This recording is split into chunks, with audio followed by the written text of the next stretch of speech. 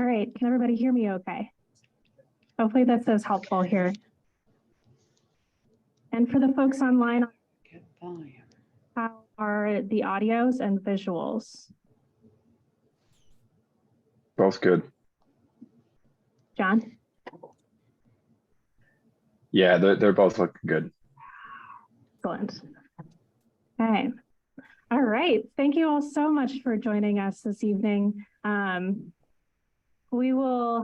I'll head upstairs as soon as I'm done welcoming folks and find some more chairs for you all. There is one available right here.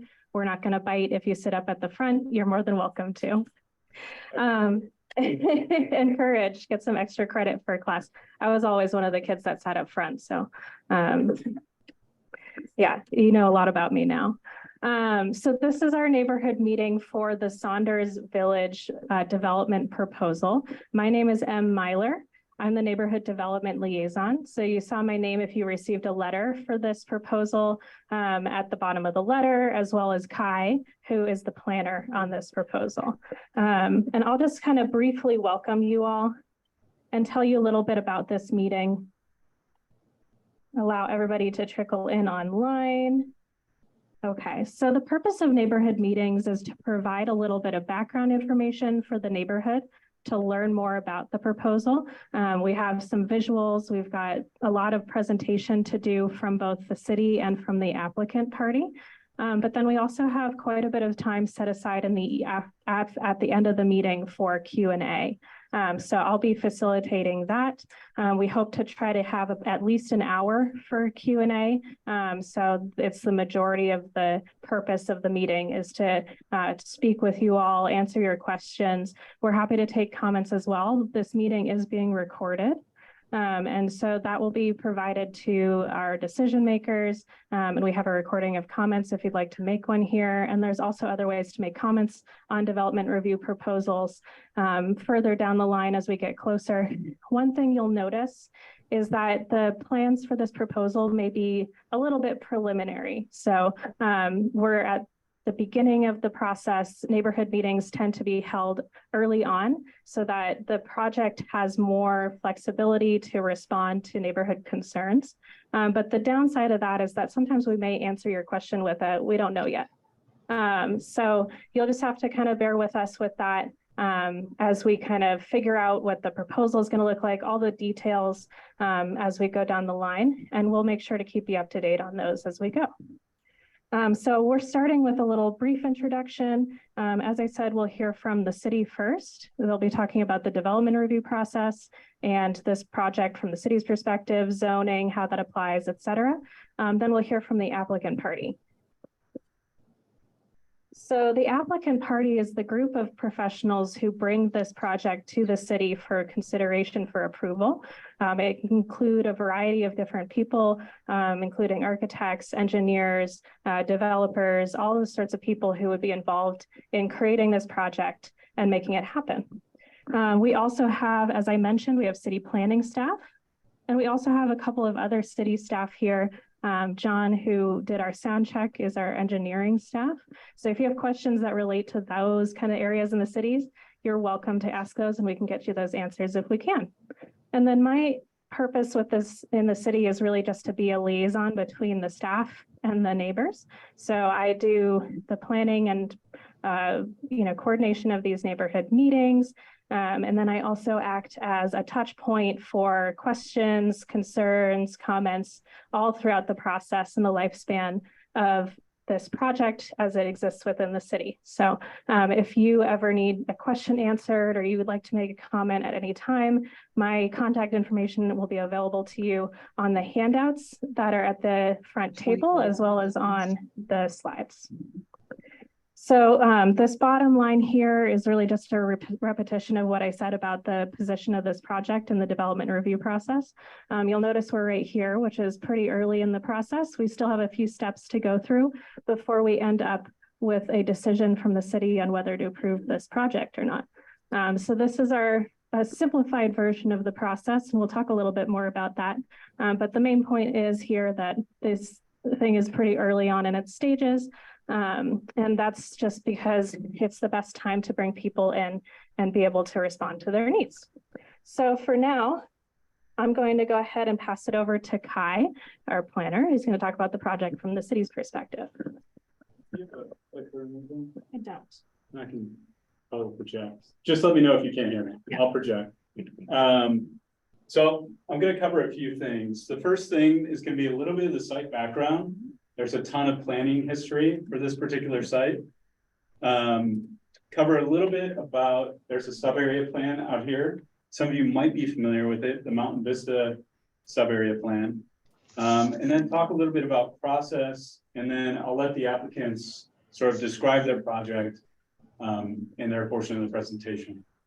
So a little bit of the site background. This site was annexed in 1983, part of a much larger annexation area that sort of extended down south towards down Turnberry, towards Maple Hill, I think is the subdivision down there. This was sort of the northernmost edge of that annexation area. Initially, as this project was being planned, it was developed or master planned under a name called LIND. And LIND ODP represents LIND Overall Development Plan. And in that particular plan, they sort of laid out a network of streets, they assigned land uses to the property, and set the basic planning parameters for future development of the site. It was originally anticipated that the site would build out in 3 phases. And the first phase, land filing 1, was approved in 2003 and then built out shortly after that. So that particular project, which is down here, land filing 1, that was 180 units, single family detached dwellings. Those are built, those are there today. That's probably all you know. Land filing 2 happened in 2006, and I think we all know what happened in 2008. That was approved in 2006, never built, 153 units, and single family detached and single family attached were part of that particular project. After that time, the approval was good for about 3 years. It expired in 2009. I'm not sure if they ever got any extensions on that or not. And then later in sort of 2011, 2012, they came in with their first amendment to the overall development plan.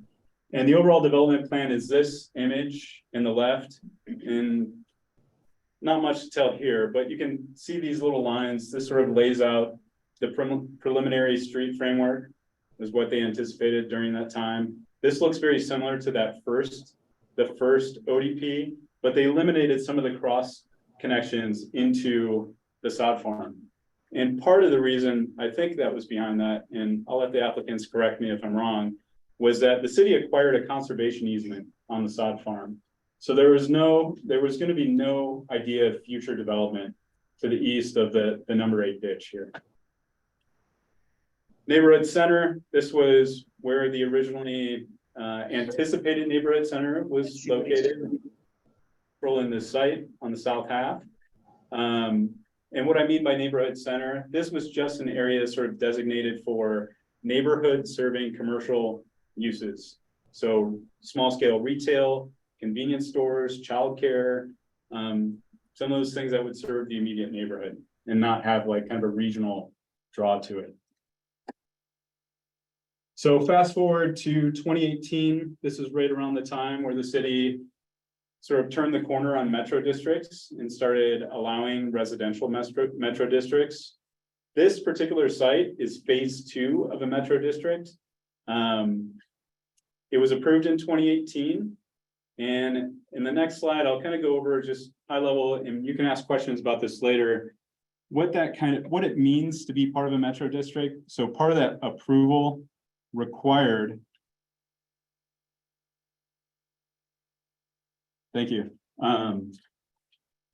the city to secure public benefits on behalf of the community. So as part of that, the evaluation of the metro district, the developer at the time committed to these public benefits, one of them being 10% affordable housing, non-potable water system. So water supply is a big issue in the community and kind of in the arid west. Senior activity center, owned and operated by the metro district, available for use by the general public, in addition to the district residents. And then sort of the bottom part, what this is really saying is that the developer sort of commits to a highly amenitized park and open space enhancements for the development. So these are some of the things we'll be evaluating once this project comes in for the formal development application. We'll be evaluating the project to ensure that they're meeting their public benefit agreement and providing these community-wide benefits.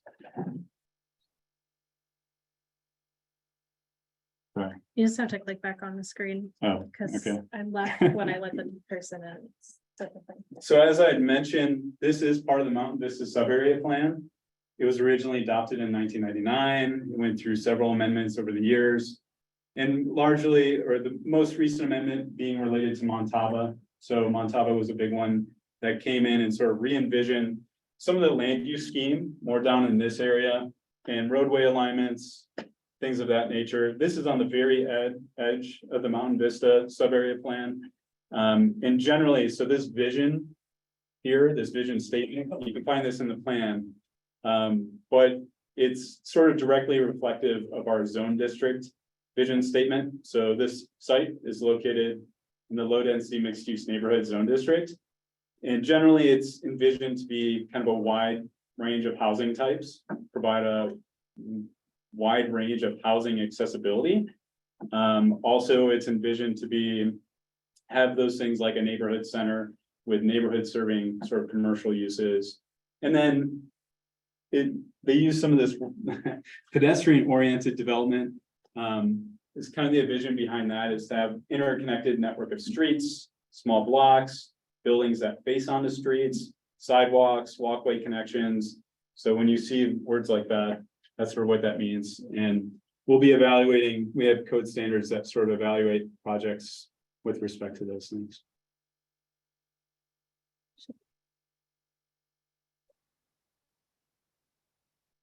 Okay. I put this slide in here because I think it just kind of a couple important things I want to point out. So the city acquired this conservation easement. That's what I was talking about in the previous slide. So this is the boundary of the site. Number 8 ditch acts as the boundary of the site. The city has a conservation easement over here, so they won't be able to develop no future development in that sort of quadrant of the site. This number 8 ditch, part of the Metro District agreement speaks about the number 8 ditch to laying back the slopes, amenitizing it, using it as a corridor for regional trail. They're pretty lofty aspirations, but they are part of that negotiation in the Metro District agreement. So we'll see what happens there. Zoning, as I had mentioned, low density mixed use neighborhood. Consistent, you can hardly see it, it's a little washed out, but this LMN zone district sort of spans west towards Water Edge, south towards Richards Lake, and then urban estate. This is typically a zone district we use at the very edge of the community, large lot housing and state housing. As I had mentioned, neighborhood serving commercial, restaurants, convenience stores, grocery, childcare, those are permitted uses. They can sort of propose any of those within the development and they would be permitted, subject to some sort of future review. And it may be part of this, I'm not sure. I'll let the applicant speak about that. Density, the zone district allows up to 9 units per acre with a density bonus for if they are proposing affordable housing, they can get up to 12 dwelling units per acre.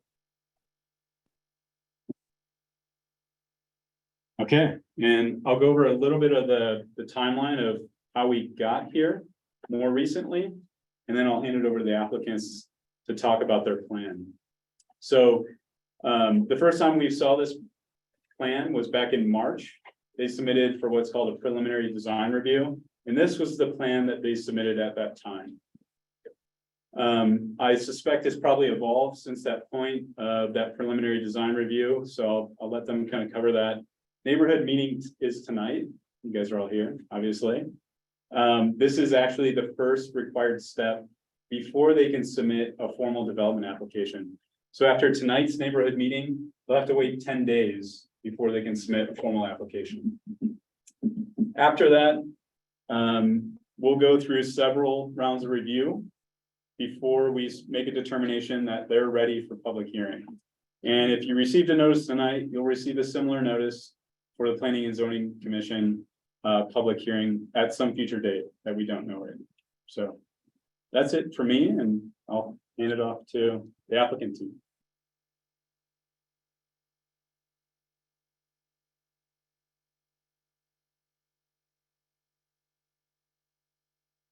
My name is Bill Swalling, and just to give you a bit of history too, we put Sonders on the west side under contract in 2005. We put the Sonders Village under contract in 2011 and acquired both of them in 2012. We also own the sod farm, and we acquired that in 2020. So we have a lot of breadth on the property, just to give you background.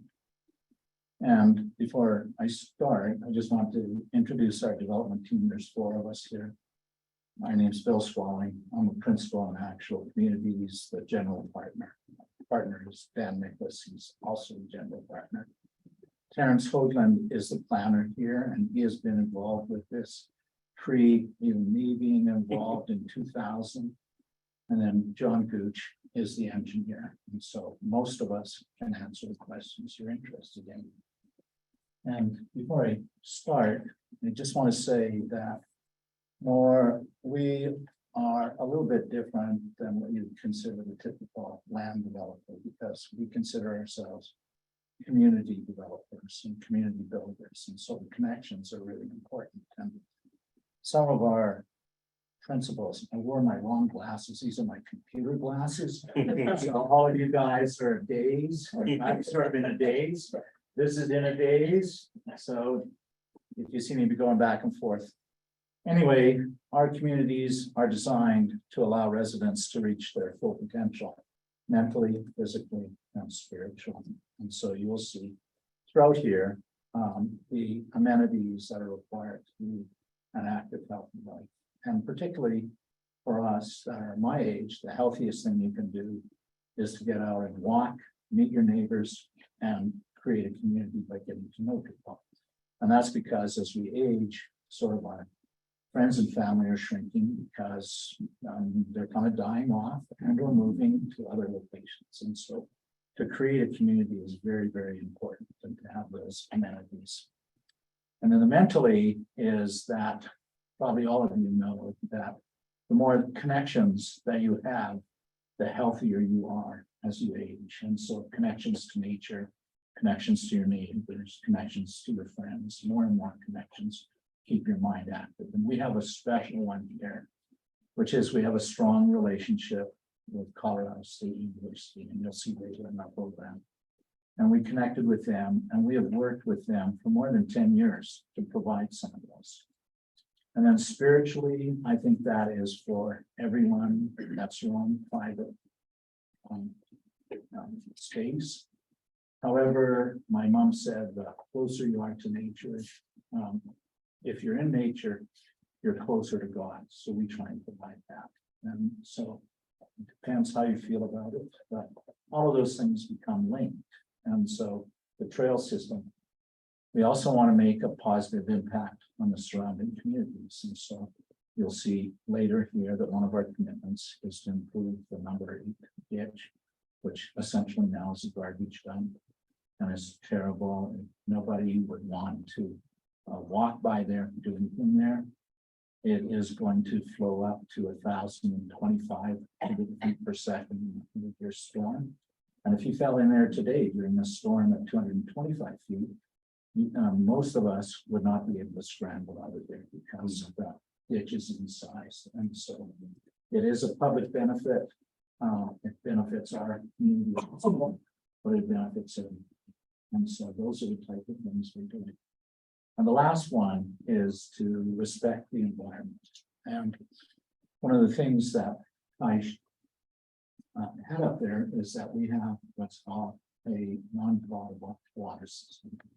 In the particular case of the water system on the west side, we've actually compared it to a typical community in that location And typical, relatively large lots, not backing on open space and otherwise. And the water usage that we use is 40% of what a typical community does. That was there before us. It was like designed by Standard Pacific. We didn't make it up. We've just gone and analyzed it. And so that's also helpful. So that's kind of the essence of what we're trying to create in our community, doing these various things. And I always think, you know, it's great to hear people talk about these things, but if they've actually done it, it gives them a lot more credibility. And the reason that we were able to buy the sod farm is that we actually bought it back from the state land board. I looked at it, it always bothered me for a couple of reasons. First is I saw that water being squandered there, that tap gets turned on and goes forever, and it had lots of water. And the second was they were not respectful of the ditch. They dumped their garbage in there all the time, along with other people. And we took the assistant director of the state land board to our past projects, and because of what we did on past projects, they were supportive of us buying that, or they agreed to sell us that property. They don't do it before, and it's our job to respect what they agreed to do. They gave us an opportunity to deal with it well and properly, and so we have to respect that. It was more than 10 years ago when we put it under contract, and just last month I went out with the director again, told them what we were planning to do, make sure that we were in line with what we were planning to do, and they were aware of what we were doing with the development. In my particular case, you will see all of these developments we've done. These have been all in South Jefferson County. Every one of them was designed to conserve water. The first one there, Meadow Sanctuary, Denver Water actually had a program that encouraged water reduction, and they actually paid you to take the woodgrass out, and you got paid the difference of taking it out on the store, how much water was used. And the program was designed over 5 years, and the part that we learned, because this was 1998, a lot of people did not know that native grasses, including us, require more water to get established than Kentucky woodgrass. And so the program, we had to go to them after 3 years and say, we did not say they water, but they are now. And they were great people. They said, well, our program doesn't say when it started. So it started after 3 years. If you look at the place now, Mother Nature has done a great job there. There are blue herons there. There's beavers trying to dam it up. And it's a really beautiful area. And if you want, we're happy to show you some of these places, because we have shown other members of the community, maybe Hunter, you can, you know, and seen it. And I think you can tell it's, you know, you can't tell that this was in a way man-made. And in that particular situation, that was a wetland that was starting to channelize and degrade and fill in. And once a wetland channelizes, it dies. And if you go and look at what you have along this ditch now, it's worse than that. I'm not sure we can make it as good as the other place, because we're allowed to use inline storm detention in that particular place. But the number 8 ditch, who we are working with, I can say that we've worked with them for a long time, but ditch companies are sort of owly for good reasons, because they have to deliver water. Is very important for them, and we've worked with them for a long time. And I know that we'll get to conclusion in some way, because we always focus on win-win circumstances. And if any of you have been to Harvest, the community Harvest, it's on Ziegler, south of Harmony. Terrence designed it with Dan, and that goes back, I don't know, 90s. These guys don't look like that old, but they are, okay? And anyway, the part of it is the city recognized it as one of the best communities at the time, and you should go there, because you know, when a community starts out, it's not a community, it's dirt, and that takes people to make it a community. And so that's a little bit about our section here. The next slide, if you would.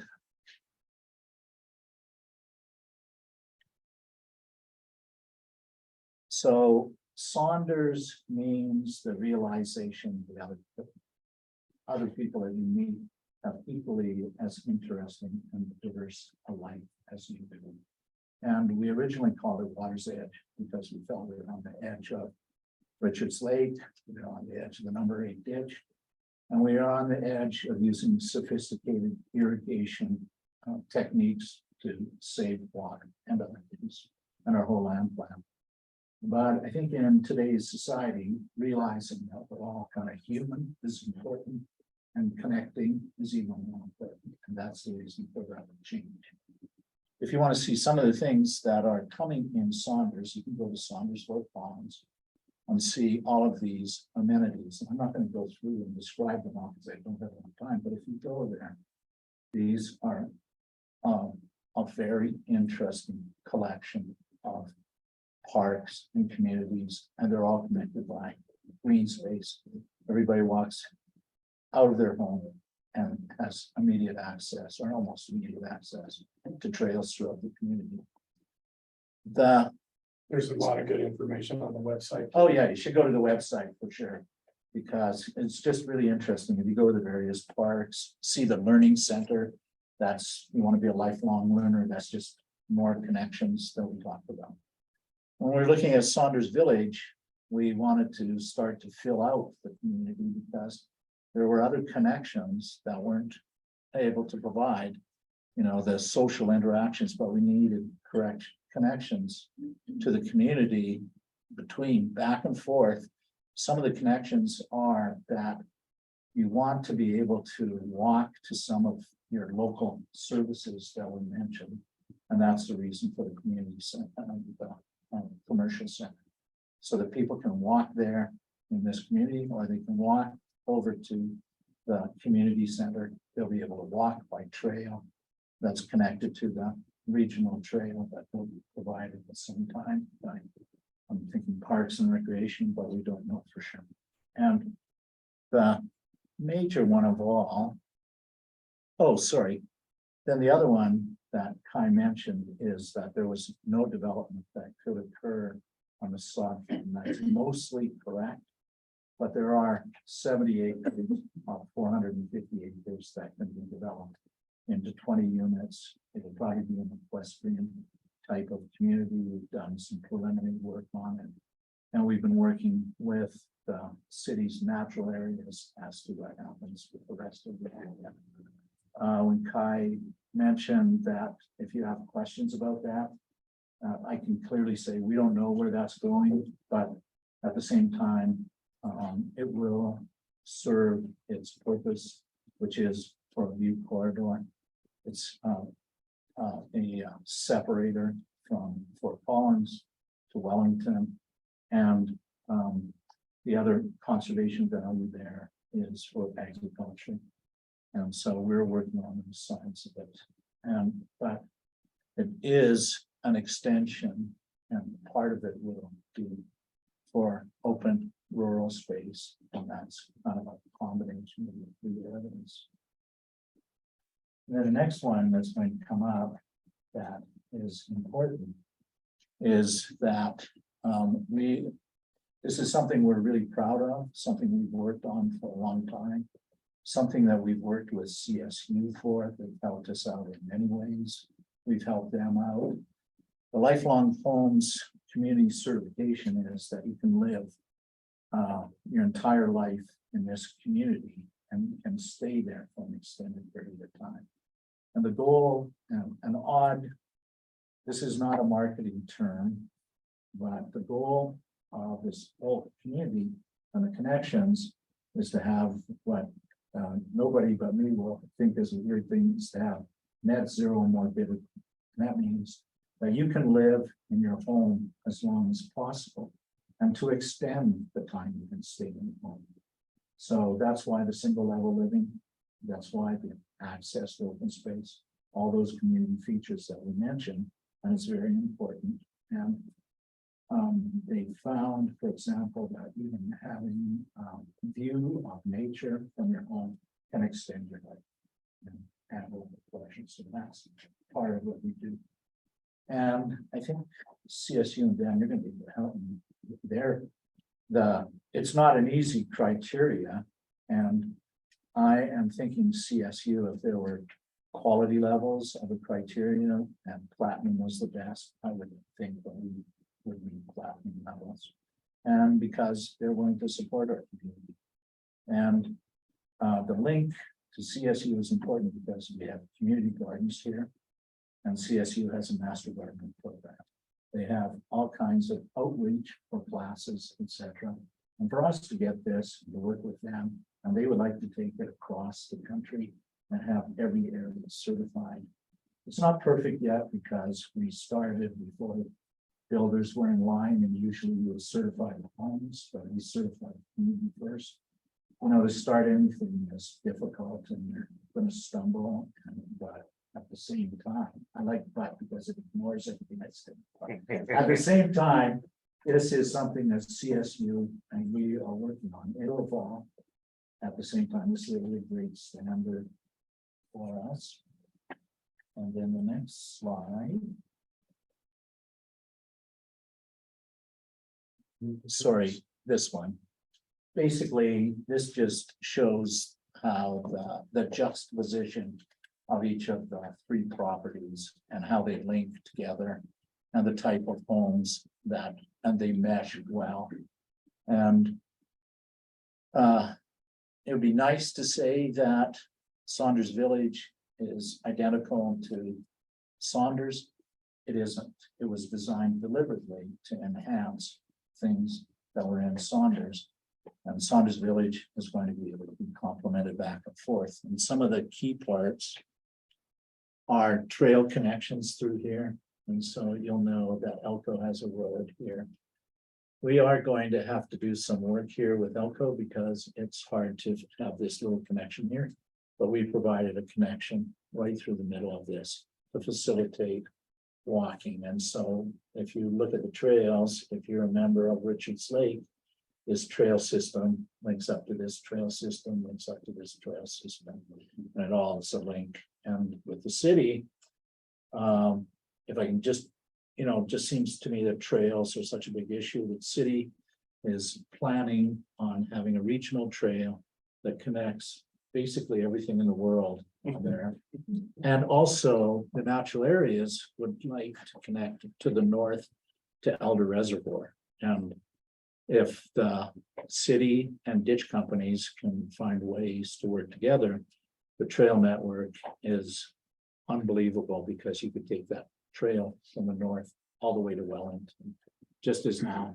Sorry. Are you also talking about bicycle trails or walking trails? The regional trails, the regional trail is both walking, biking. How about this? And horse. Let me finish and then I'll answer your question even more all the time, okay? Because you'll get me distracted, okay? Then I'll put on my glasses and try to remember where I am, and it'll be, a tough situation there, okay? Anyway, the trail system, and so the ditch realignment is an important part of the trail system. In fact, the trail system can't work without the ditch realignment. Okay? And then here is the good part, is I get to hand this off to Terrence Hoagland and he'll go through the individual. Would you like me to answer some questions that are not specific to? Let's hold Should I finish questions first? until the end and. Yeah, okay. Yeah, we'll Sorry about that. get them all done. Thank you.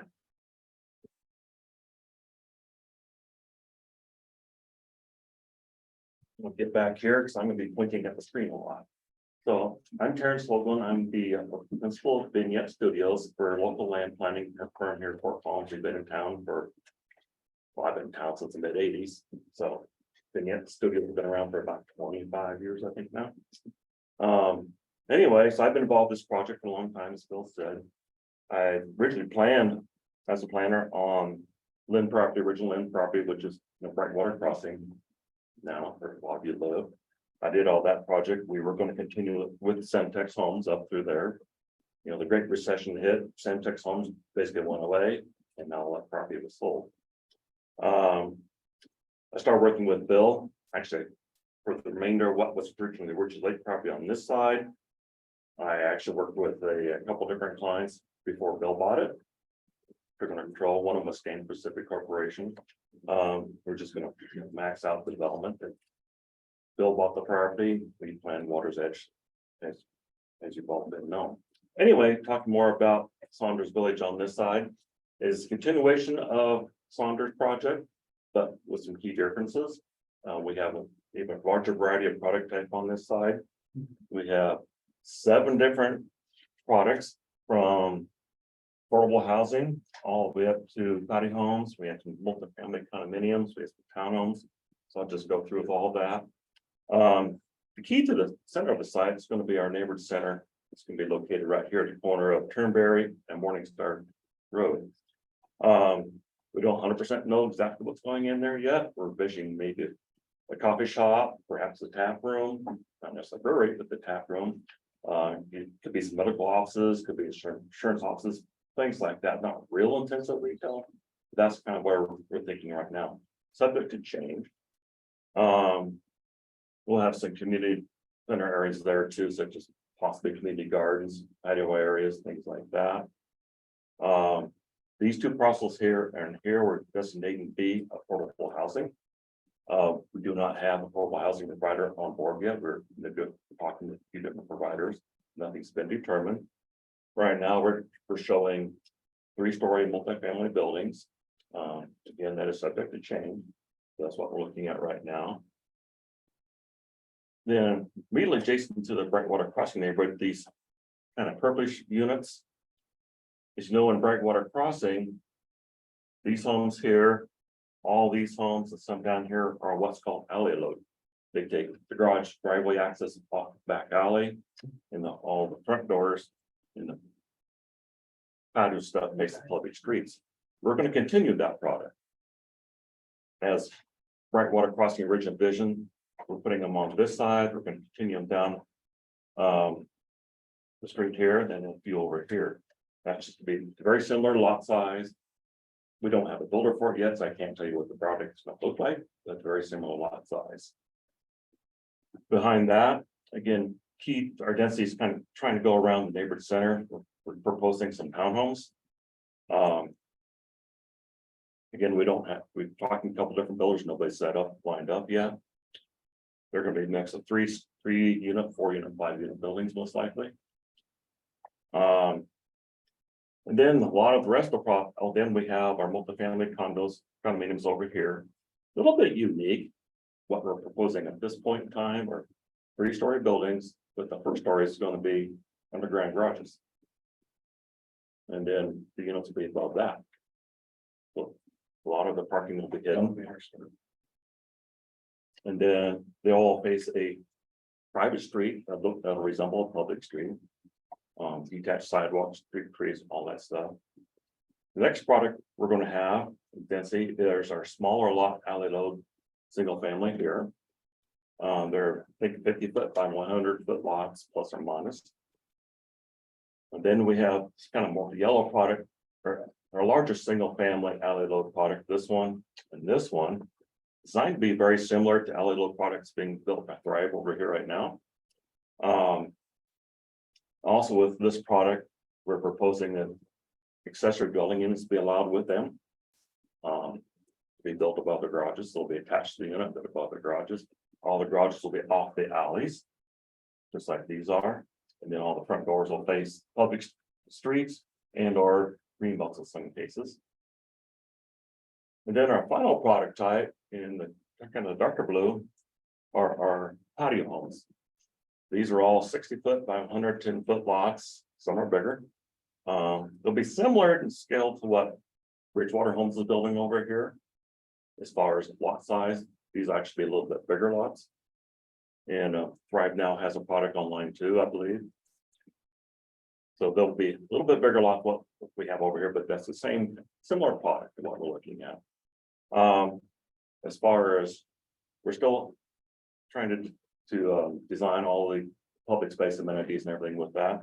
But we do have 2 primary pedestrian connections going through the site. Still mentioned this one up here, which kind of lines up with the north side of Sonders up here. This will be a primary connection. We're having a parkway system with that. These two squares here, supposed to be pickleball courts, we're doing some over here, but we're gonna expand them. Then we have another one kind of going between the single family towns all the way through, have a little park space here. We'll have it connecting through this way as well, so big primary connection there. We do have some other smaller ones here and there throughout the site. And we'll provide various connections going through to connect the regional trail that will be built on that side. We're also looking at doing some kind of linear park system along Turnberry Road, I'm sorry. We haven't quite determined where all that's going to be, but long linear park along there. We have more open space here than we have on the Sonders side. There's also a ditch easement that we got through there, that we underground ditch, irrigation ditch that currently goes through Brightwater as well. I think that's most of it in a nutshell. Can I just supplement some of Sure. the things that Nancy said? Because he's, some of these things are evolving, and if I can just, just like, for developers, it's hard to promise anything, as we don't know who the builder will be, but one of the builders that we're talking about. I think these are really interesting because for most empty nesters, all of the condos are walk up, and that's not viable. They have on the main floor all of the parking. They have elevators going up on the outside of the buildings. You get off your elevator, you can turn right to a corner unit. You can turn left to a corner unit on one side, and on the other side, it's just the reverse. You get off and turn left, and they're all corner units that are in there. They are 8-plex condos, and as you know, for some people, condo is the desired choice of living because it's safer. We have, they are the same builders we're hoping to get over on Sonders. And for, the other fact about aging is there's usually more women at a later age, and there's concerns about safety, and so condominium under the right set of circumstances is the best situation because you have people close by. You have the ability to access this, and it's safer. The other one that they are working on are these accessory dwelling units, and they're not an accessory dwelling unit that most people would consider that it's a separate unit. It's meant to be part of that same home, and it's supposed to be used in one of these ways. They're supposed to, the idea is that they could be used throughout your life. So after you quit work, it could be used, for example, as an art studio or a yoga studio or a grandkids bunkhouse, whatever. But it also could be used, and they are trying to get it at grade level because the accessory dwelling units that we mentioned on Sonders, the best we could do was to put them upstairs, and it seems like to have a granny flat, it's unfair for granny to be going up the stairs all the time. And so that's why it was designed, some of them were designed so we could put elevators in there.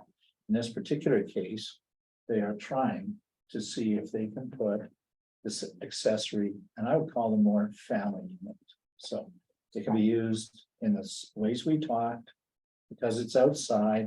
If you wanted to continue working like me, you could have your office there. People could visit from the outside and come to an entrance door without having to go through the house. Okay? And caregivers, yeah, and caregivers could go there. But so that's just an early use. The other one is it could be for family members. Like, I don't know about you guys. I had a boomerang around for a while, and I wanted to keep him separate from the rest of us because he wanted to be separate. We didn't want to have that negative interaction, but it was great because he could come and have dinner for us. And so it doesn't have the typical kitchen. It's meant to be connected in that way. And then the other one is, as you age, apparently, I'm still working, but when you reach a certain age, when you retire, you get to travel with, and maybe travel with your spouse, but who's going to water the plants and take care of the dog It's meant to be a location for somebody who's like a CSU student and a caretaker of that facility for you while you're traveling. And I think the most important one of all, when we talked about this med zero morbidity, I think all of us that are of my age, we realize that sometime we're going to need help. And ARP has done studies and people fear assisted living more than they fear death. And so in this particular case, what you can have is your caregiver live next to you. And in my mom's case, she wanted to get our nanny to come and live with her to take care of my dad, basically in this case.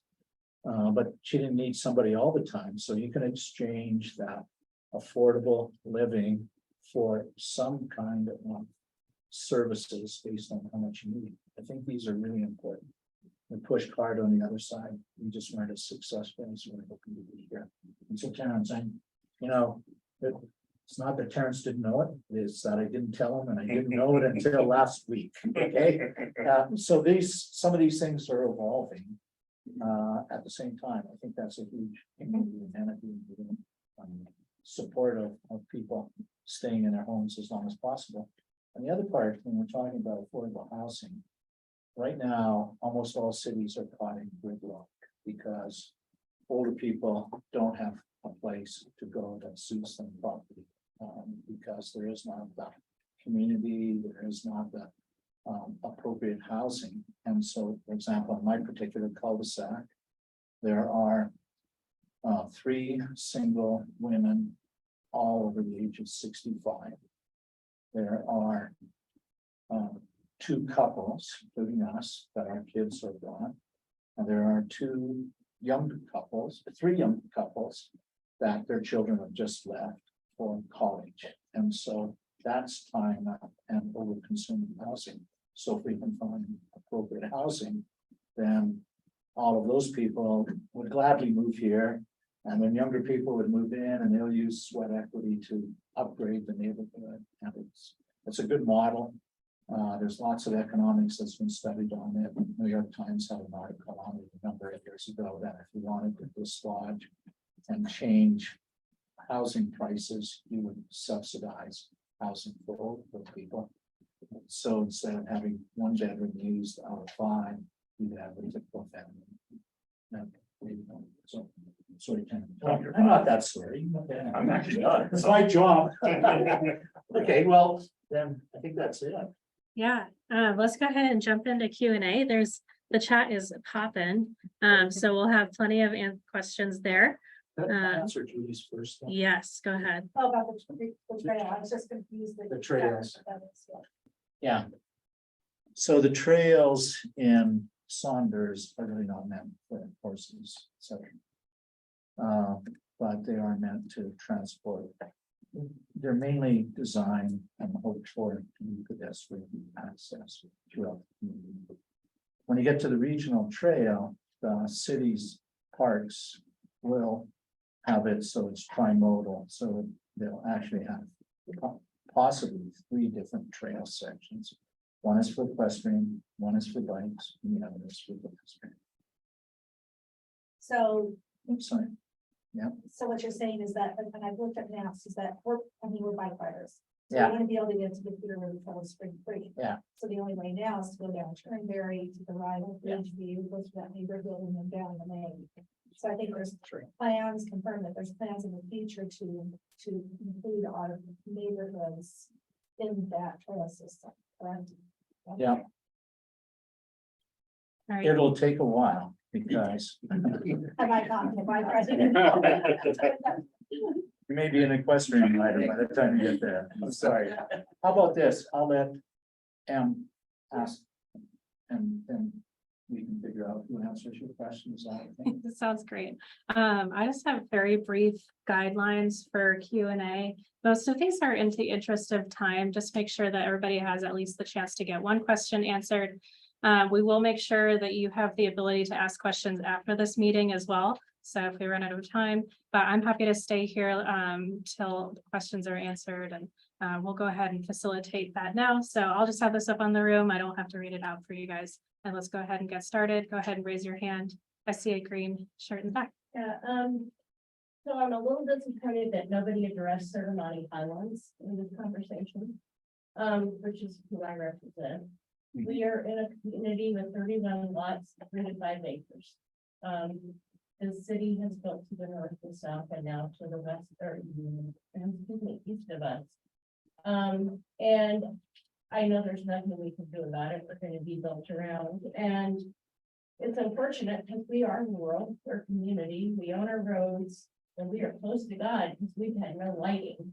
And now we're being built around, we've got lights, we've got traffic, and we've got a lot going on. And so my question is there anything that this new community is gonna do to address traffic issues, lighting issues?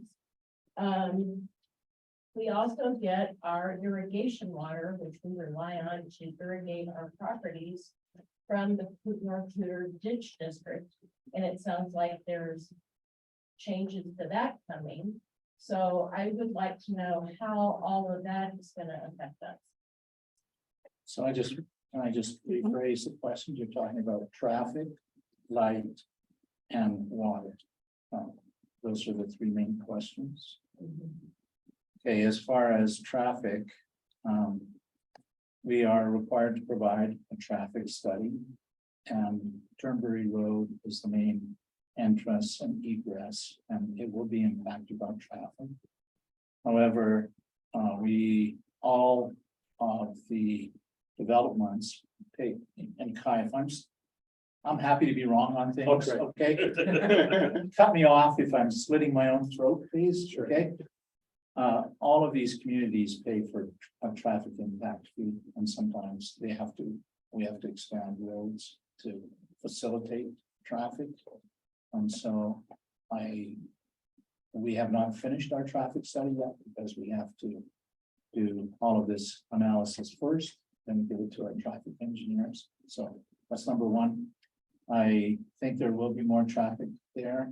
At the same time, if communities are not here, people would have to travel further if there was less dense and there's less traffic, and that would cause more air pollution. The other one was for light, and I think that all of our communities are required to have dark skies. Yeah, there's two levels of lighting that will be occurring on this project.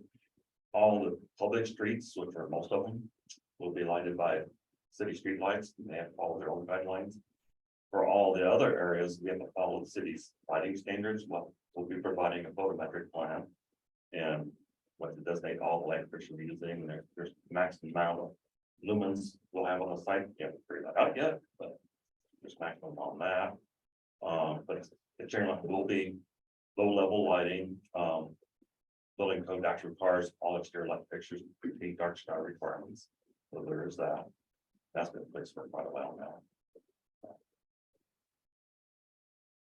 Pretty much What about the ditch water? Then on the ditch water, the ditch company we are working with is not related to North Tudor Ditch. It's the Larimer and Well ditch, so your ditch should flow as it has typically flowed. I think I'm not sure of this, but I think your ditch goes across and into the ditch eventually, but nothing upstream is impacted, nor downstream can we impact that. And I do want to mention the one part here that does impact your community towards the trail connection through here to regional trails system.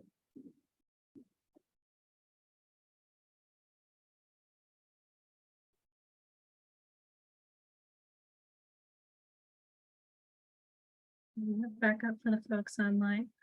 I'm going to take an online question very quickly and then I'll get to yours. So Daniel suggested putting in cell towers first. Also, Turnberry Road needs to go all the way through Vine or Highway 15 or 14.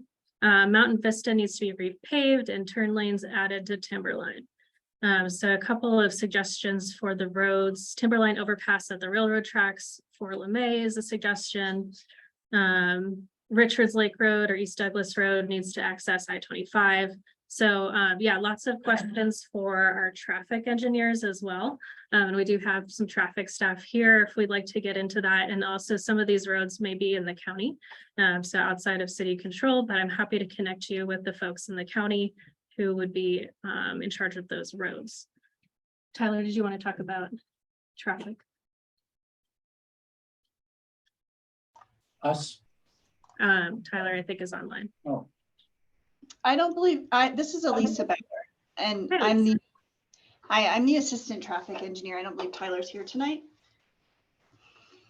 So what I can say is that we have a traffic study scoped, and we've talked about what that would look like and what the requirements are, and we're waiting to see that traffic study, and a lot of the recommendations and requirements will come out of what that study shows us and how much volume it will be. And the volumes are all based on what the developer is proposing. So we're waiting on that.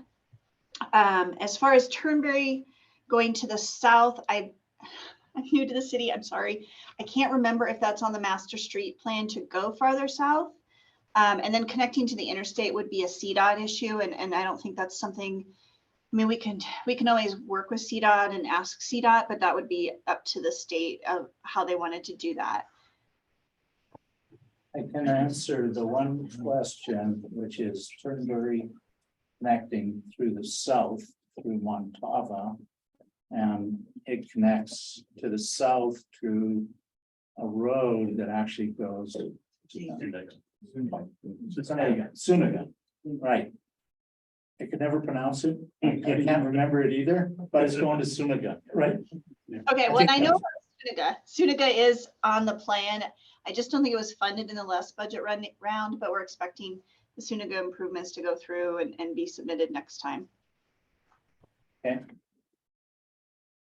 I had a question here. I just have a procedural question. Yeah. What's the best way to provide comments or get, I'd love to see the answers to all the questions that have come in on Zoom, but also in the room. Sure. Is there a good place for us to do that? Absolutely. Yeah, if you sign in, we'll send you notes from Okay. the neighborhood meeting with just summarized question and answers. Okay. We're also recording the video. It's posted on YouTube. The handout that is at the front table has the YouTube link on there. And then I'm the best contact for questions that are ongoing for after the meeting. Okay. So my contact information is also on the handout, or it's right here. Perfect. Thank you so much, Jim. And I'll, you know, I don't know.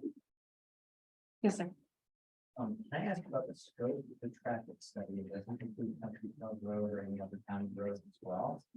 And as a point of my question, the city of Fort Collins and Laramie County participated in a corridor study update of Country Club Road in particular, because that's the route to the grocery store for most of us. And also with the overpass, most of the traffic goes down that bridge. That corridor study addressed things like the school, trails network, and other things that we connect with Fort Collins. So I'm wondering if that's part of this consideration, this, still like that area and then just the southern things, but Would you like me to maybe answer? Okay. So I do know that Country Club Road, we paid for the signal at Country Club Road to facilitate traffic there. I think it's helped. I think as time goes on, there's a period of time when traffic gets worse. And then all the fees are collected and then traffic gets better. And I think there are connections at Timberline and Vine. And I would just say the city's traffic engineers, if we looked at their traffic plan, I think they, I see their traffic plan as long-term viable in this area. But I think like everybody in Colorado, we all hear it. I guess my question is, what's the city intent that we get that plan active? yeah, I'll defer that question to our traffic engineer who's on the line. Elisa, did you hear that question? I heard some of it. I have a guess at part of it. As far as coordinating with the county on Country Club Road, the county just published, and it's available on their website. They're a very comprehensive study of the road. And it's really in their jurisdiction what they want to do with that one at this point, unless we annex it. And I think the other question I heard was that you're asking what else are we studying? And it is, we've gone all the way to Douglas, to Terry Lake Road, and then as far south as Mulberry in the extents of the study scope for what we're looking at, the intersections in between those. So this does look at that whole area around this development, as well as some of the adjacent ones. And I couldn't hear everything else because whoever was asking the question was pretty far away from the microphone. Hey. Okay, so if I could just follow up on that, I think the question was related to what's the tipping point for completing those improvements to Country Club Road from maybe an adequate public facility perspective? And how does the traffic study take that into account? So that's, if it's improvements on the county road, that's going to be up to the county to make those improvements. But generally speaking, they would look at those traffic volumes, and depending on what the improvements are, there are going to be different volumes that require different improvements. So I don't know what Larimer County is going to want to do. I'd love to tell you, but I don't know what their decision makers are going to do and what their funding is. Thanks, Elisa. They would not be for this project. This gentleman had his hand up for a while. Is the pink elephant in the room here? Nobody's talking about I-25 access. And right now, everyone's gonna go down Turnberry and they're gonna go out Mountain Vista. And the other point about the grocery store, going over to Country Club. I'd like to see a grocery store on that side farm somewhere. Yeah. I'm really serious about that. That'll help all kinds of traffic. We would too. And then as far as access, we've got more developments than Sonders going in along Douglas and Turnberry. Yeah. You know, if you want to relieve traffic congestion, then let's also start talking to the state about access to I-25 a little bit north of here, between here and Wellington, or maybe off of Douglas. It seems like a long-term plan should include that. And then the other thing, short-term, for noise abatement along Turnberry, at least where we live, you know, we're right across from where the water catches for the reservoir for runoff. And although that's considered a natural area, there's no noise abatement there at all for the Sonders project.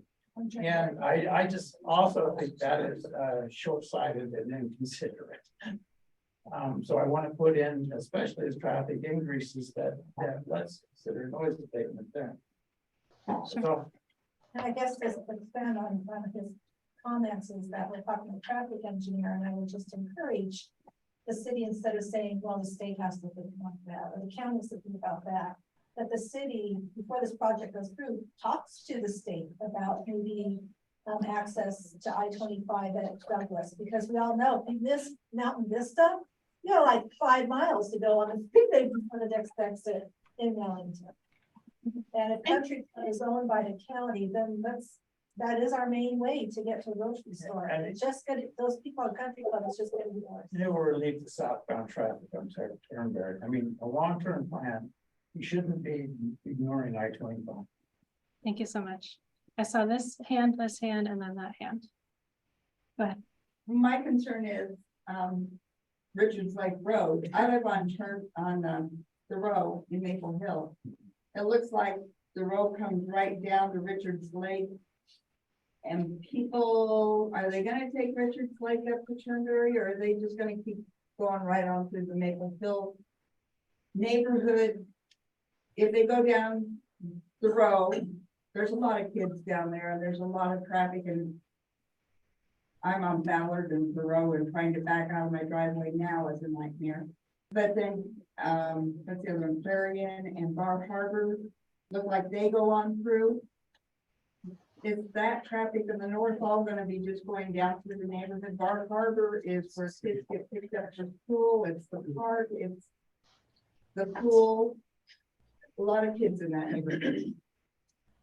You know, I'm just gonna say this is kind of an interesting dilemma because traffic goes both ways.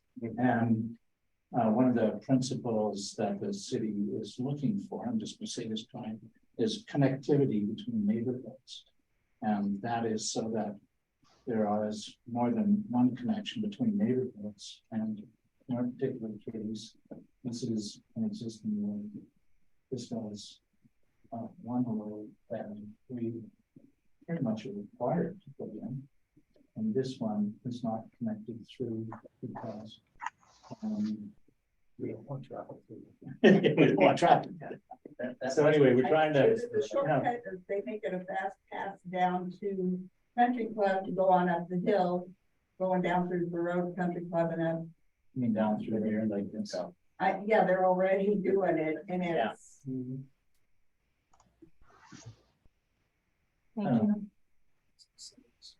I think it's just current traffic theory analysis to do that. Yeah, we definitely have talked a little bit about the traffic study that'll come out. That is a required piece of this submittal. If you put your name on the sign-in sheet, I will be happy to send that to you when it does come out, so you don't have to wait and look at our website for it. Yes. People are talking about grocery stores. Montava is gonna have Right. a retail center as well, which will probably go in before yours. So, well, I'm just saying that that's on their plan. So, and then Say 5 years. they haven't gotten anything going, you know, like the water deal. But anyhow, if that goes through, and I think it will, that will provide retail on the other end. So you'll have a little bit of balance. I live on the ditch. And in Montava, they talked about, I've been to a meeting for a while, but they talked about improvements to the ditch for walking. Yeah. Is that gonna go clear through down? I live on Thoreau. Is it gonna go all the way down Thoreau? Not your Thoreau, the existing Thoreau? The ditch all the way to the south. The ditch goes all the way through. Are you gonna make improvements all the way through? No, that is going to be that will be the responsibility of either the city or Montava, but I think they have committed to put the trail Yeah, there. they did. So you're coordinating with them is my question. Well, we're only coordinating. You know, we're in a unique situation here because the trail is not within the city. It's on the sod farm. And so there's a lot of negotiations ongoing right now between the city's natural areas, us, the ditch company, parks, and the county, and the county too. So it's our intention to facilitate that because we committed to do that. The first part of that facilitation is improving the ditch. Ultimately, I think, the parks plan is to connect all the way to the south. And I don't know how far south, but it's going to go at least to what Larimer Well calls the big ditch, which is the big ditch, and it connects up to the Blue River. And that'd be a great trail system. I actually just wish that the city and ditch companies could get along. Because there'd be a lot of trail space. It'd make our lives a lot easier, but it's hard. And then as to a grocery store, grocery stores will not go in until there's an adequate population base. Again, it's not one of those, we'll build it and they will come. And to be candid, I think that Montava has to get started in order to get that population for a grocery store. I've heard numbers like 5,000 rooftops. That's coming from a residential developer, community developer.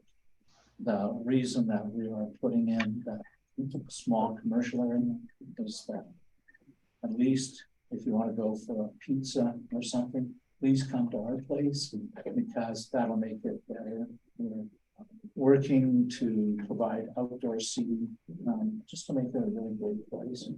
If you ever want to, you could look up our commercial center. It's called Coal Mine Center. It's designed like an old Western town with false storefronts, 2 stories. It's got turrets that actually represent water fires. It's about 5,000 or 50,000 square feet. That's kind of roughly what we see here. Each of the restaurants, although not all the restaurants, 4 of the 5 restaurants have outdoor seating. It's Colorado, it's really a great place to go. So that's kind of our hope for how things work. So, and then there is nail salon there.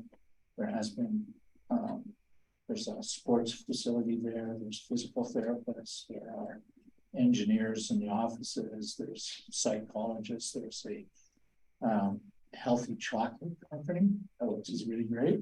And so there's a lot of stuff going on, and chiropractors. So I think it will at least provide some amenities in the community, and hopefully it becomes the meeting place that we think it will be. So. But now there is no pool or pool clubhouse or anything. The amenities on Sonders will have a pool and the clubhouse. Would that mean that us that live over in Land, I live in Brightwater, Landing, could be able to go use that pool? It is a metro district, and so there are all kinds of regulations on metro districts. They have to provide you access at a reasonable cost, but you have to become a member of the metro district. Which means you start paying the same tax bill that the metro district residents in Sonders would be paying. Okay, so basically long term. But it depends on how valuable it is to you. Yes, Yeah. Yeah. Right. So. All right, I'm going to take some questions from the chat and then we'll get back to the room.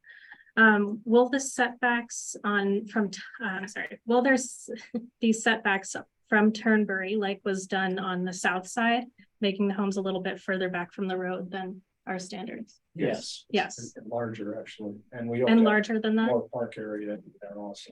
Okay. There are acreages directly across on Serramonte Highlands. Is the intent to keep the like for like directly across from that? Does that make sense? No. No. Traffic study has not been conducted yet, Christine. Connor asked, the Brightwater Landing HOA is currently responsible for maintaining the detention pond and owns the playground. Will Sonders be joining the HOA or contributing to the adjoining HOA for the playground area or mowing the detention pond? No. No. Well, hang on, for the detention pond. We will be using some of the detention pond, so we hope to have some type of cost sharing arrangement Okay. for the maintenance of that. But Okay. in terms of joining the HOA, no. Okay. And in terms of therefore having access if it's a private HOA playground, no. Okay. Amber asked, who authorizes which businesses will rent or own the residential or the commercial spaces? Those will be sold to individuals. I don't understand that question. Sorry, I meant the commercial spaces, not the residential ones.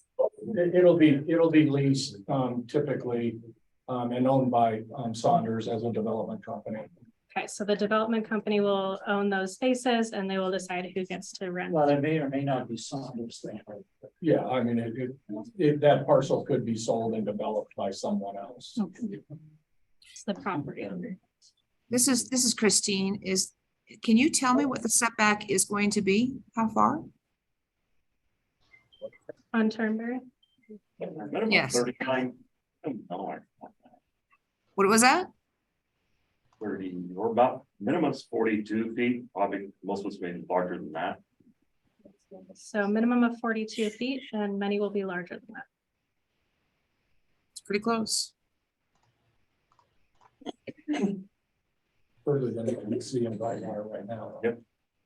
Just as a mental comparison, that's more distance than you see in Brightwater today. That's not what you see in Serramonte.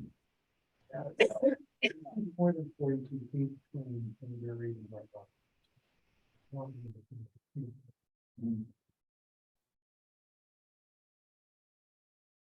Where is the senior center supposed to be located? The previous map had it on the east side, but this map changed it over or that area to condos. So There are additional facilities that are at Sonders on the east side. Where they talk- Bill, that's a different question. The senior center that you saw in the original submittal, sorry, was for senior housing, I see. senior targeted housing, like assisted living, memory care living, kind of Morningstar kind of program, if you guys are familiar with that. The senior center is the learning center that's already process on the Saundersville, Fort Collins side. Okay, on the western That's side. where of the Denver. metro district requirements are gonna be met. It'll be existing on the west side. In the second, technically the second file. Okay, let's look at the map. East side. No, there will not be. Pull up our helpful map again.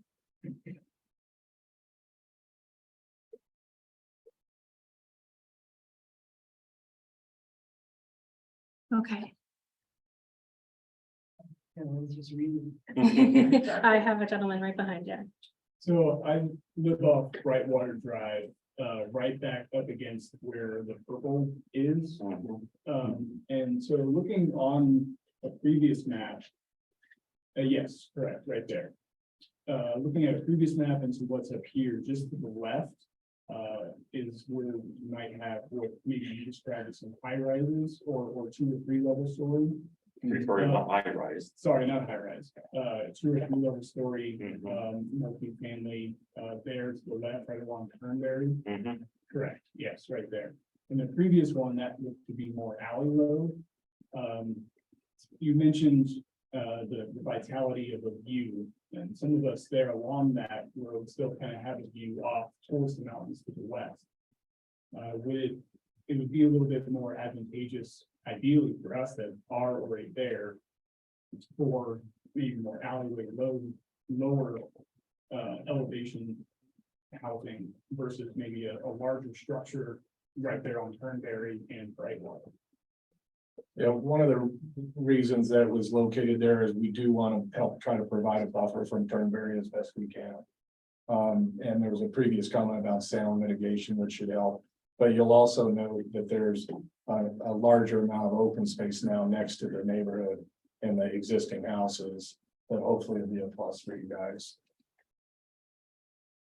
And that's affordable housing.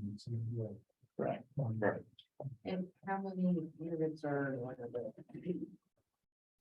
There are 12 unit buildings. Okay, so. We have a requirement from the city for 10% of the houses to be in the affordable category. If you have affordable housing there, of course, everybody's complaining about traffic on Turnberry.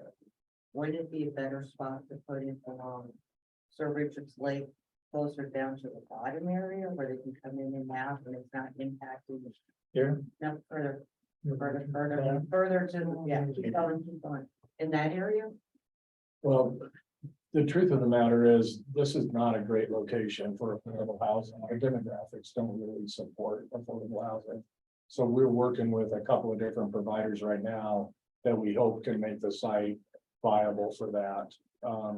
And so it's hard to tell, honestly, even what the final product might look like at this point in time.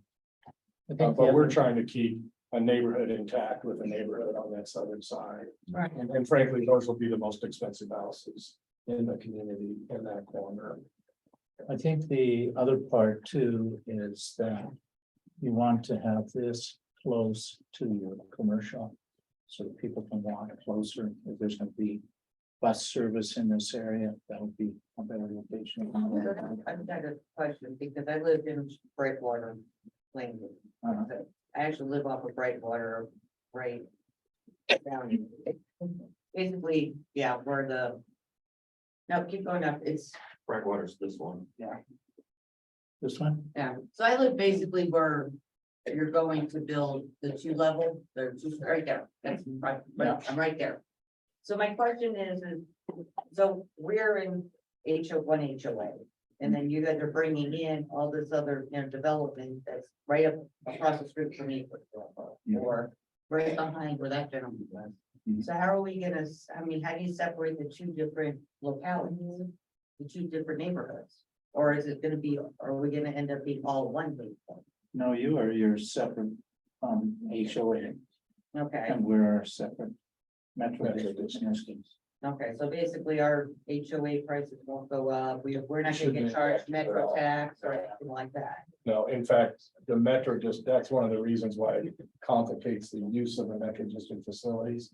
Because technically, you don't live in the metro district, so you won't pay their extra taxes nor their monthly assessments.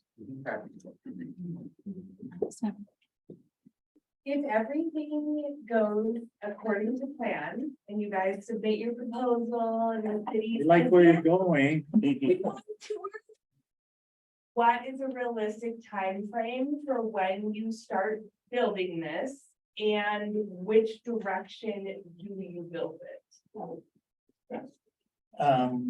Well, I would say the timing is a subject to debate, but I think, Depends on how good the I think plan honestly, Kai, we probably have a pretty decent plan here.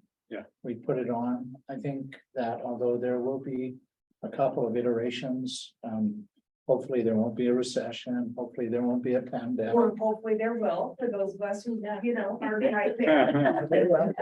Could be one way or the other. But I think it will happen in, I would say 3 years would be a pretty realistic time frame to see.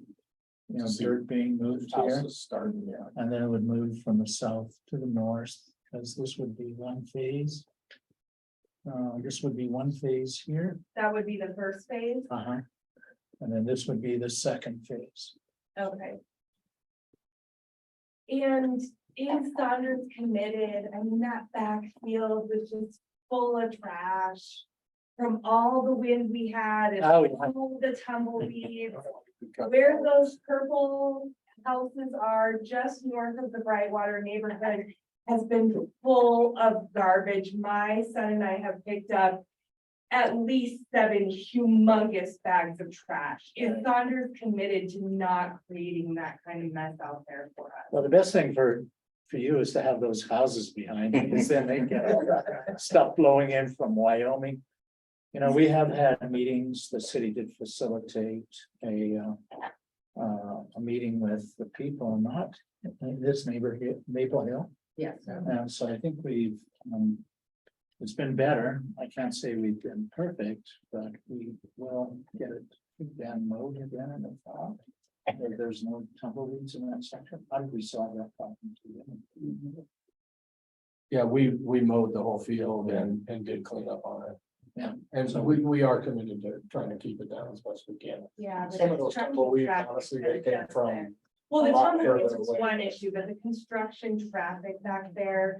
And the amount of foam and styrofoam and building materials, and it has been really out of control on the field to the north. All of the 75 mile construction hour. on the west No, it's side. like the winds are bad. I know that. Yeah. It's the stuff that's going on now on the west side of Turnberry. It's- Mhm, the actual gets blown Sonders out of development context. is flowing across that whole field. There's been, Tyvek. Like ripped off the buildings with the wind, got pulled nails out of tires, with pieces of Tyvek on them.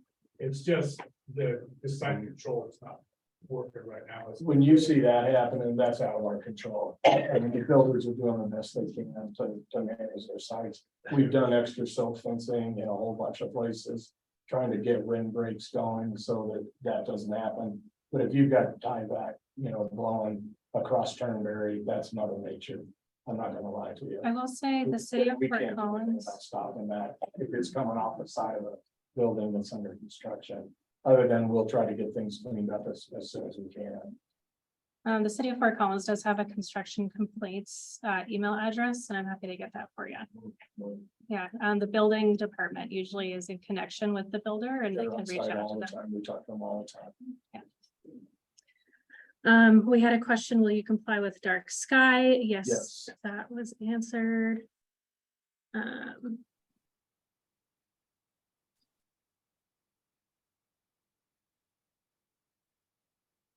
Concerns about adding the number of people without adding changing the way that access to Timberline and I-25.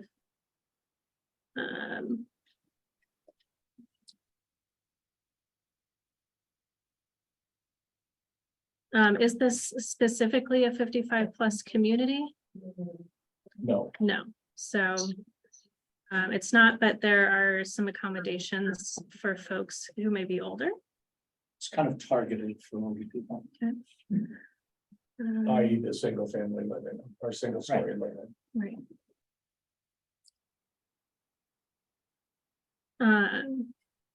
Alley load properties don't often allow for adequate parking. Is there any other parking in the area? Yeah, we comply well within the city guidelines and we'll have excess parking through the community. Okay. When fencing for construction, we just talked about that. I'll go ahead and put the email address for the construction complaints in the chat as well. Would love a small grocery store, but not something like King Supers where there's a giant parking lot. Noted.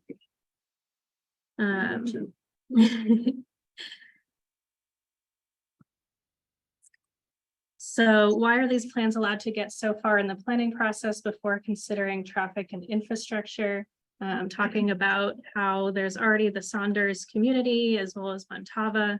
And there's just not enough information at this point for how the roads will be impacted. Kai, do you want to talk a little bit more about the process of getting the traffic study and submittals and stuff like that? Yeah, I'll talk a little bit about it and then maybe let our traffic engineer, but generally, this project will build off of previous traffic studies done for Sonders across the street, across Turnberry.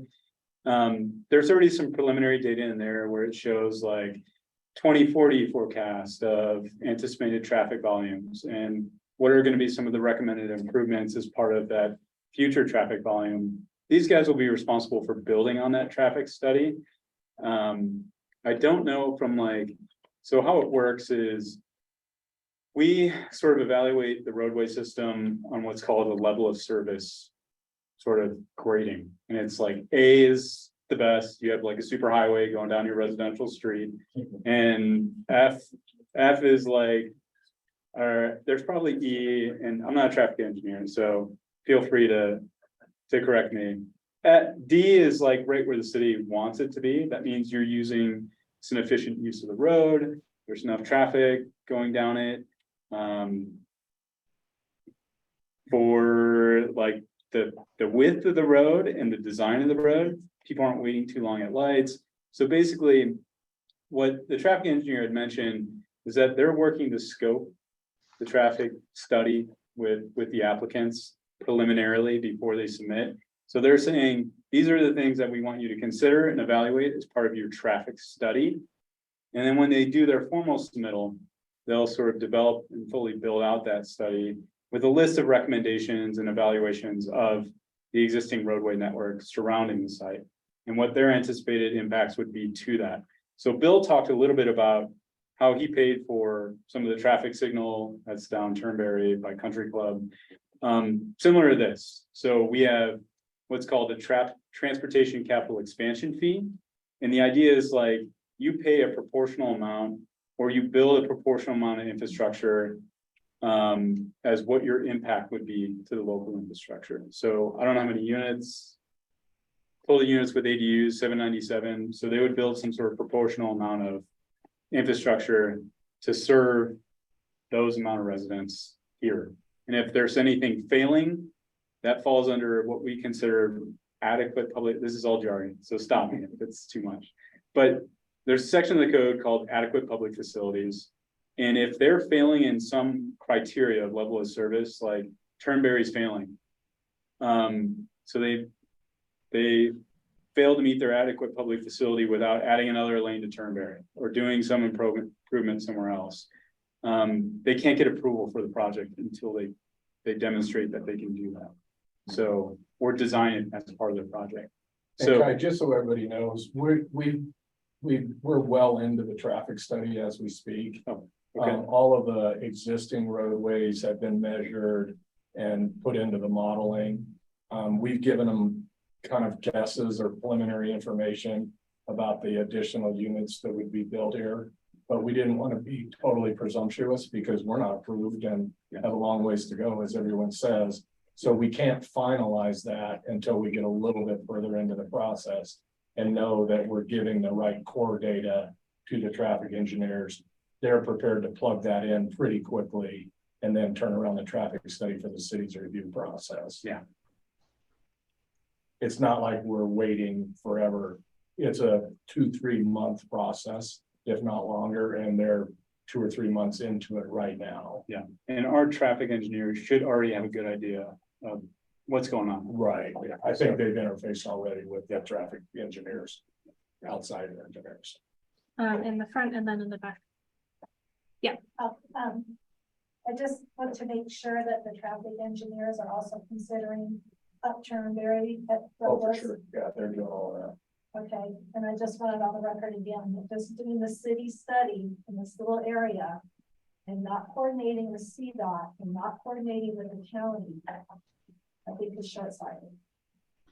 Thank you. Yeah, again, this is recorded and our traffic engineers are able to watch this back as much as they need. And I'll just clarify, we meet with them regularly and we share, we have an agreement, we share and send them plans and traffic studies. It's not that we don't coordinate with them at all. It's just we can't make a decision for their agency on what they're going to do with it. But they're fully aware of it. We send development plans to the county and to the state, and then the county sends us some as well when they have something that happens in the county. Thanks, Lisa. Well, that kind of goes with my question, and I don't know if things have changed, because there's a point where Turnberry is city owned and a point where it then becomes county owned, because it's plowed by the city and then it's plowed by the county. Is that going to change during all of this process, or is it going to continue to remain partially city owned and partially county owned? Talking about Turnberry? Yes. I think, well, I don't know for sure, isn't it south, the country club where it's kind of split?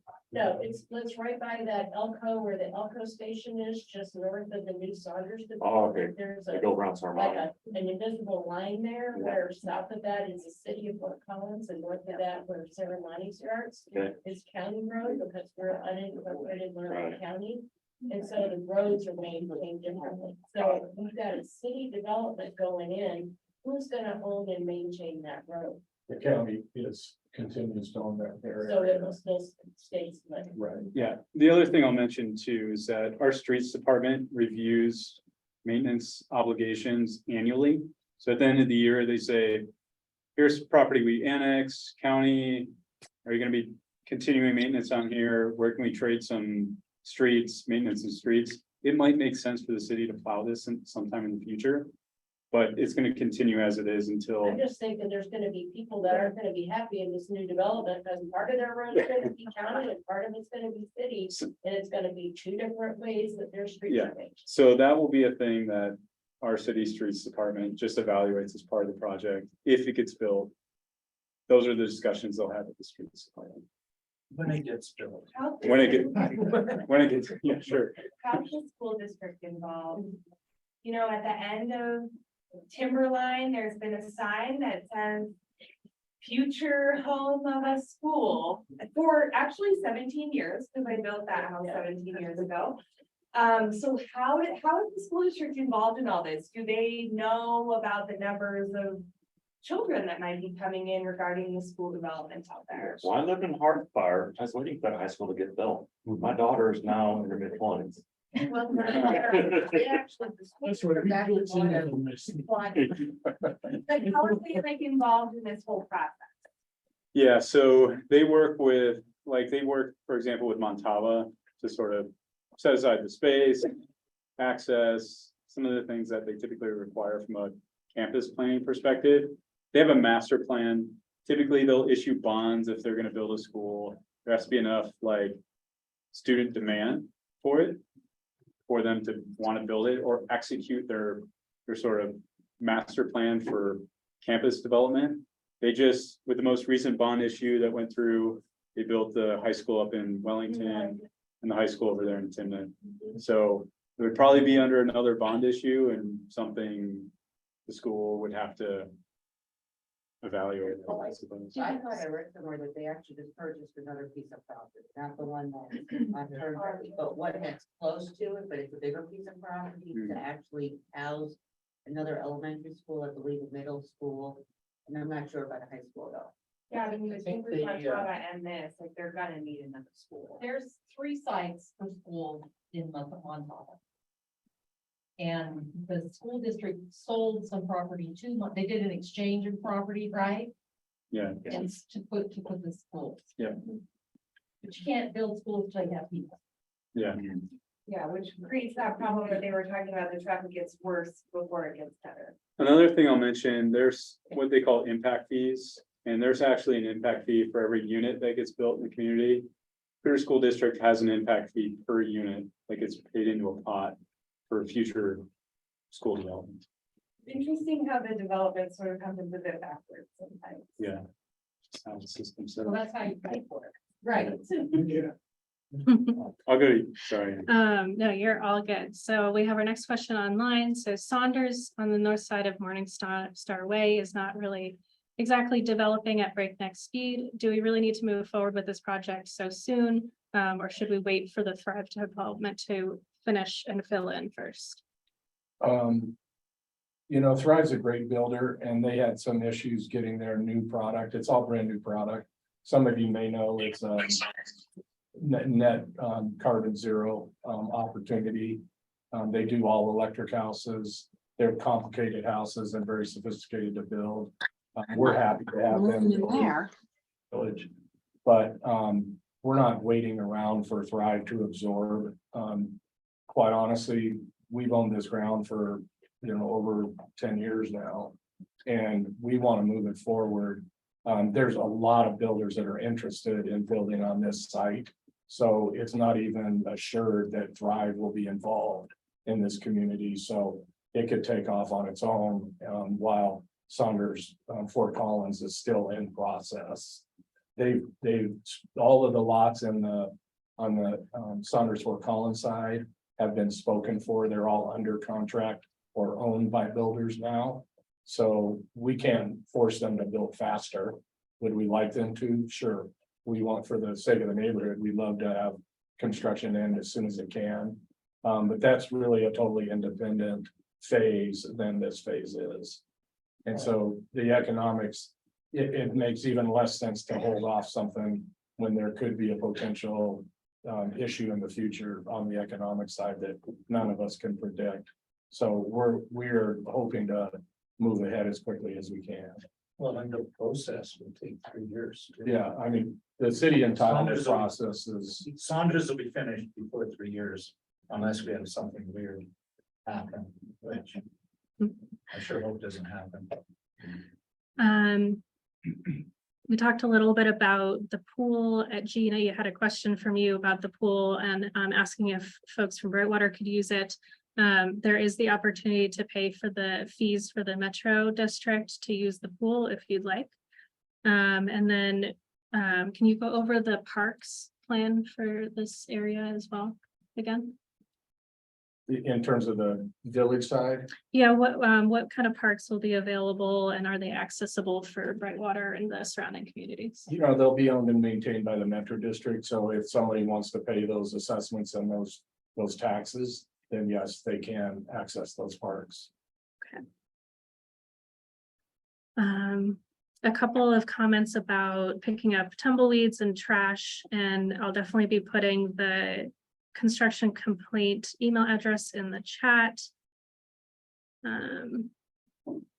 What kind of impacts will the people living on houses in Brightwater Drive have from construction, dust, debris, and such heading their way? I'm not sure I understand it. So for folks, yeah. What kind of dust do you think is gonna happen? Brightwater Drive is the road that runs basically the most northern road. So the beginning of your second phase of construction. Our main entry is really gonna be down at the southern end and then at Morningstar. So most of the traffic will come through those areas. Yeah, but when you start your second phase, which is the purple alleyway ones right there, that's what they're talking about. Oh, I would really love to see some speed bumps on Brightwater Drive.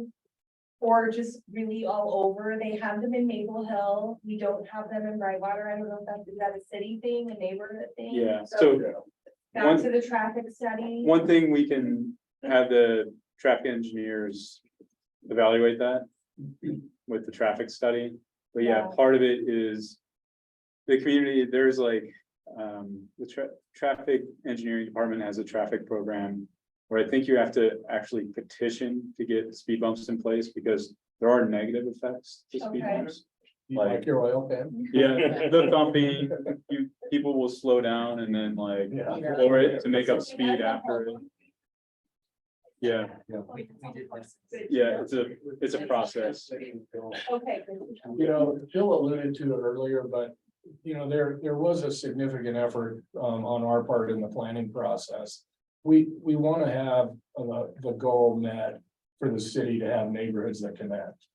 But we also don't want a thoroughfare through the middle of anybody's neighborhood.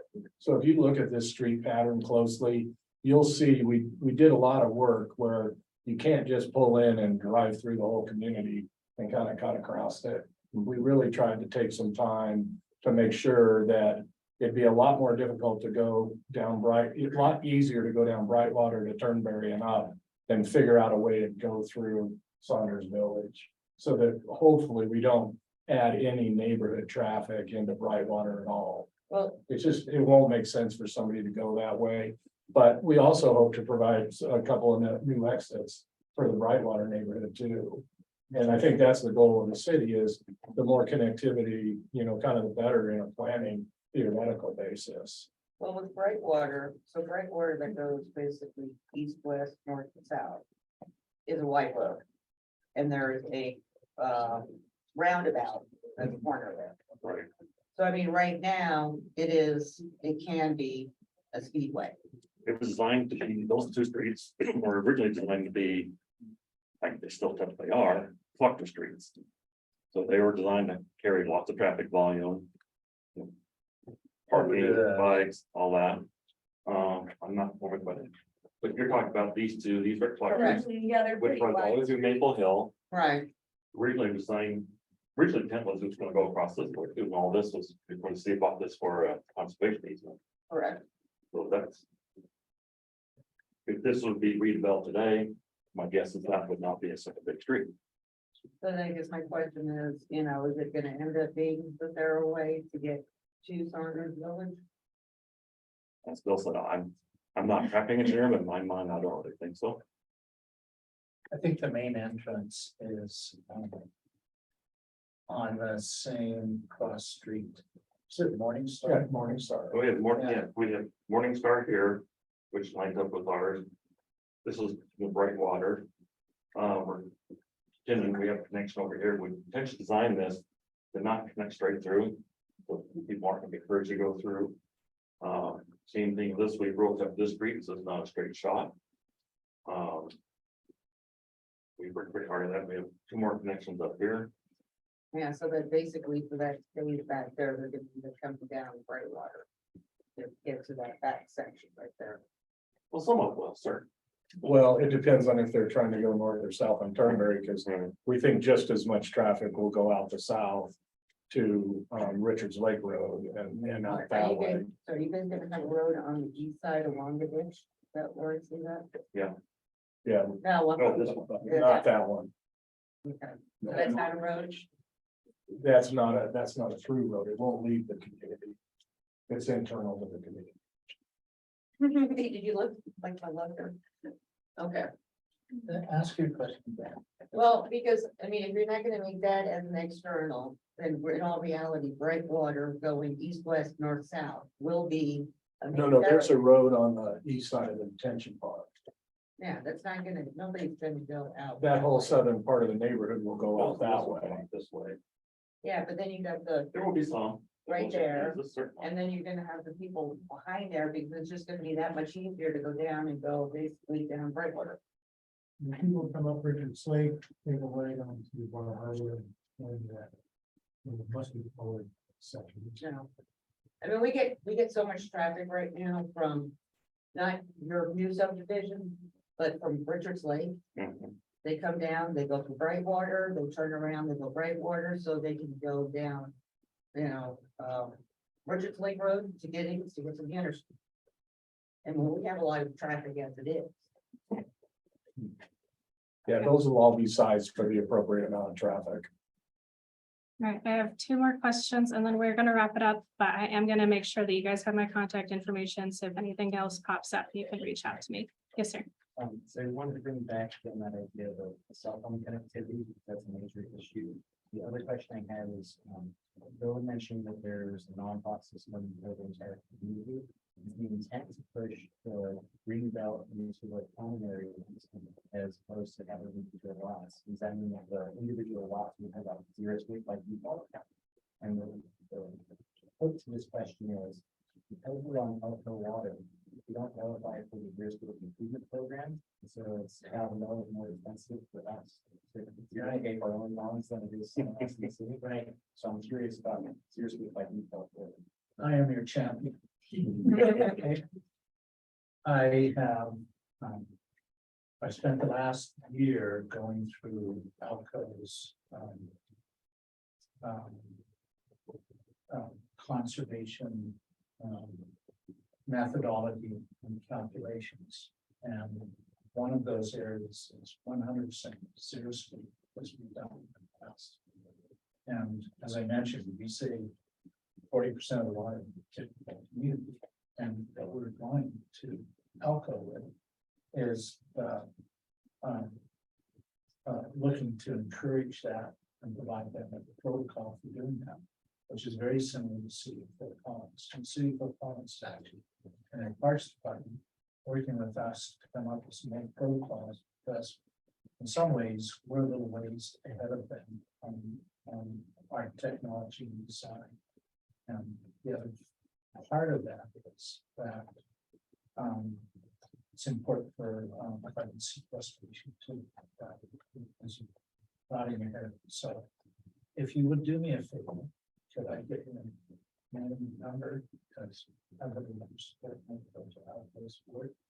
They're good guys. It's just complex for everybody.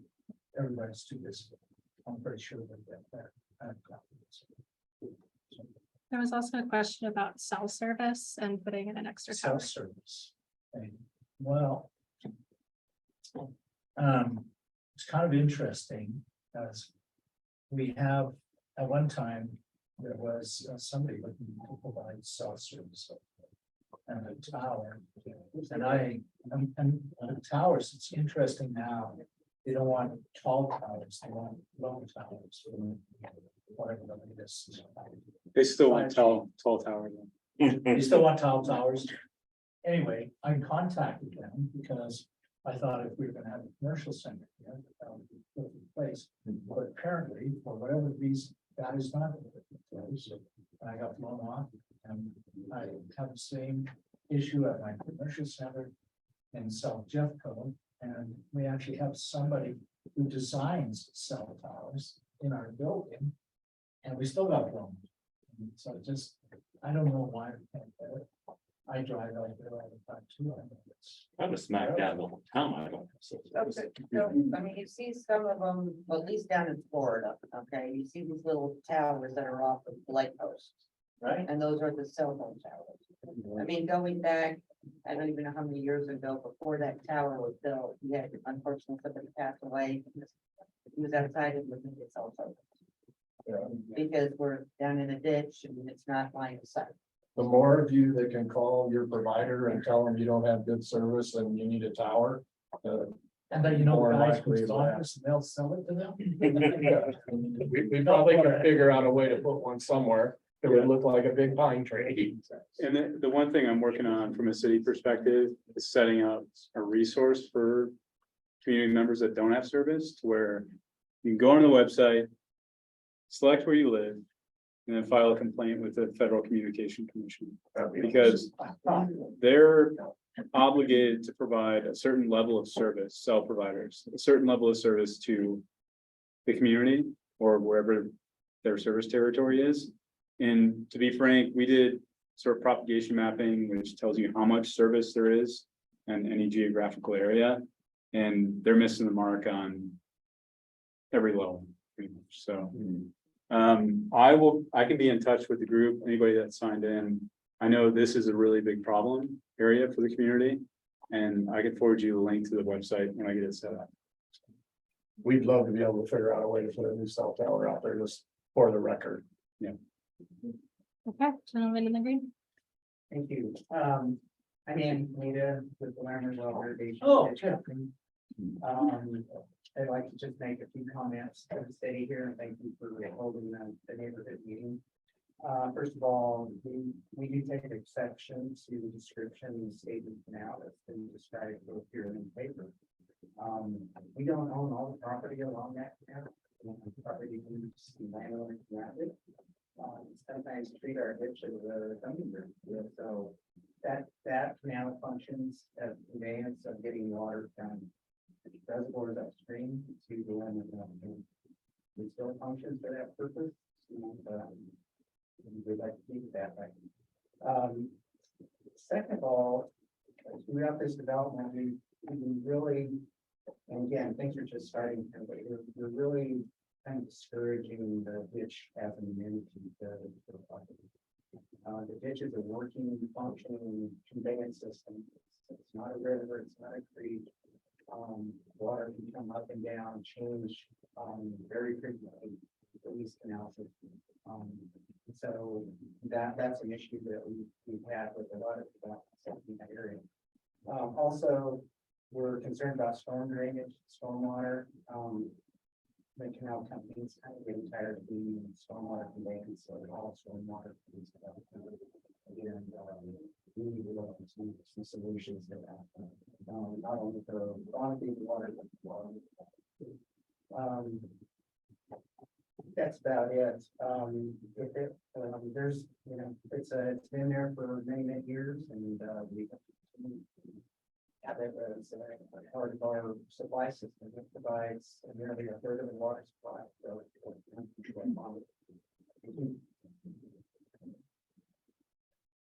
Okay, I have one last question online. Are you going to be prioritizing builders that use sustainable methods?